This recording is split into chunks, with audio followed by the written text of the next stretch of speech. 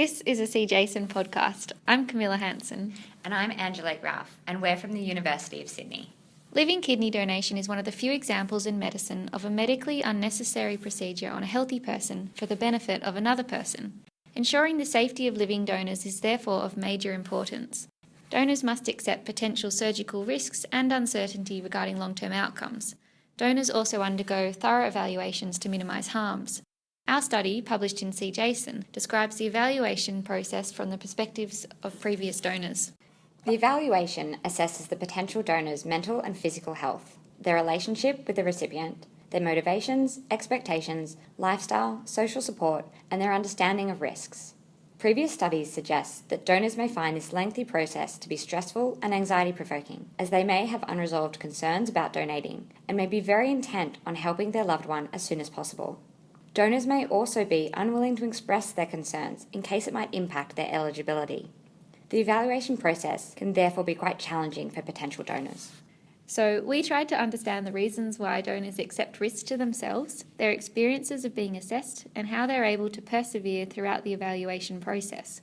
We held 14 focus groups with a total of 123 kidney donors who had already donated.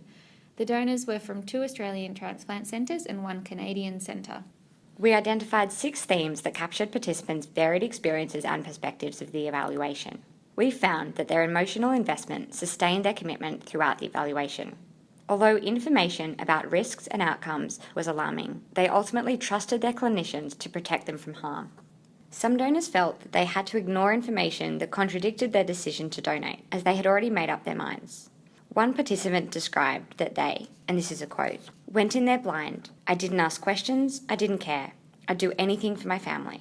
Their investment and commitment to donating led to anxiety throughout the assessment process, that they might be deemed ineligible. Some donors recalled experiencing major concerns and reservations during the evaluation process. These included fears of dying during surgery, the recipient losing the graft, and the impact of the donation on their relationship with the recipient. Some donors were overcome by fear as their surgery date approached. For some, their fears were heightened by receiving more cautionary messages prior to surgery, which contradicted the reassuring message they had received at the start. They felt that some health professionals were, and I quote, "trying to convince you not to do it." Some donors found it helpful to discuss their concerns with psychologists and social workers, but many kept their fears to themselves to demonstrate their confidence in their decision. For example, a donor explained, and I quote, "I said all the right words to make sure that I got through the system, but I don't really know what I would have done if it hadn't worked out." There were also various logistical challenges experienced during evaluation. They faced out-of-pocket expenses and disruptions to their lifestyle and were required to take leave from work to attend appointments. They discovered their need to drive the evaluation process forward and had to, and I quote, "do their own research to find the information and support they required." Delays and uncertainty left donors in a state of limbo with, and I quote, "their whole life on hold," and they feared their intended recipient's condition would deteriorate. Overall, our findings suggest that more attention should be paid to the psychosocial challenges that potential donors face during the evaluation process.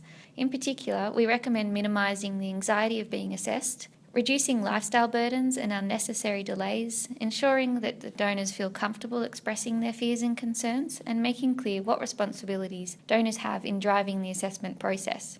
This could lead to greater satisfaction with the evaluation and better prepare potential donors for donation.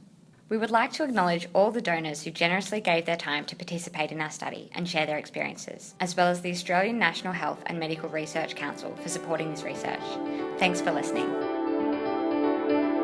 This podcast is copyrighted by the American Society of Nephrology, all rights reserved.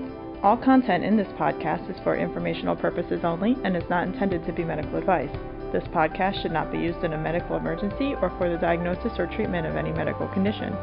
Please consult your doctor or other qualified healthcare provider if you have any questions about any medical condition or before taking any drug, changing your diet, or commencing or discontinuing any course of treatment. Thank you for listening to this podcast of the American Society of Nephrology.